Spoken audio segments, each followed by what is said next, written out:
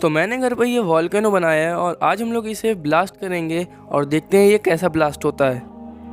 तो सबसे पहले हम लोग इसमें बेकिंग सोडा डालेंगे एंड उसके बाद हम लोग इसमें इनो डालेंगे एंड उसके बाद हम लोग इसमें फूड कलर डालेंगे एंड ये रेडी है। एंड जैसे ही हम लोग इसमें विनेगर डालेंगे ये एक रियल वॉल्केनो की तरह ब्लास्ट होगा।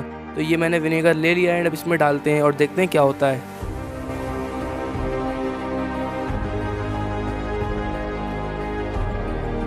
तो ये वॉल्केनो तो काफ़ी अच्छी तरीके से फूटा, लेकिन अब तुम लोग सब्सक्राइब बटन को फोड़ दो।